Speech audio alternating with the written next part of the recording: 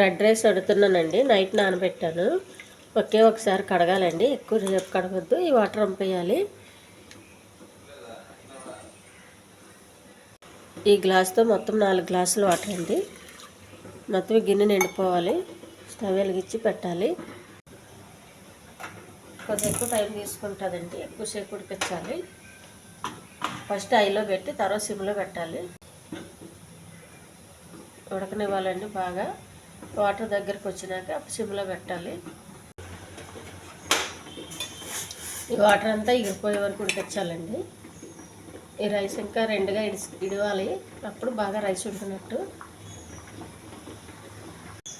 Red rice ready అయిపోయిందండి. ఇప్పుడు water దగ్గరికి వచ్చిన తర్వాత ఒక సిమ్లో పెట్టుకోవాలి.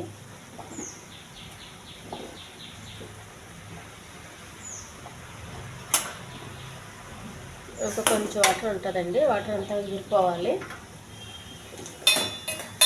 మంట హైలో పెట్టద్దు. ఇప్పుడు ఈ రెడ్ రైస్లో ఎక్కువ రైస్ తిన్నా బాగుంటుందండి. ఈ రైస్ జిగురుగా ఉంటుందండి, తొందరగా మాడిపోతుంది. మాడకుండా దగ్గర ఉండి చాలా జాగ్రత్తగా చూసుకోవాలి. వాటర్ ఎగిరిపోయినాక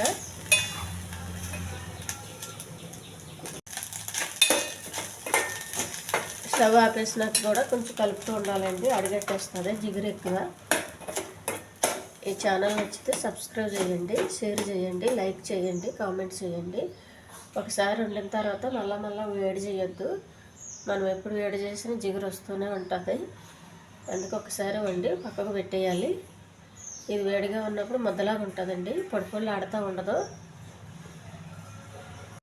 ఈ రెడ్ రైస్ వండే ప్రాసెస్ కొంచెం ఎక్కువ ఉంటుందండి. నైటే నానబెట్టుకోవాలి. మనం అప్పటికప్పుడు కొన్నామంటే అసలు ఉడకదు, చాలా టైం తీసుకుంటుంది.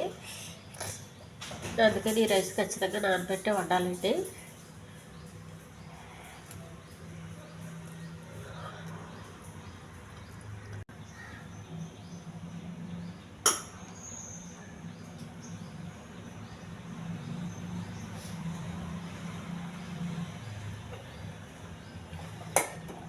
చూడండి, ఇప్పుడు చల్లగా అయింది, కొంచెం పొడి ఆడుతూ ఉంది.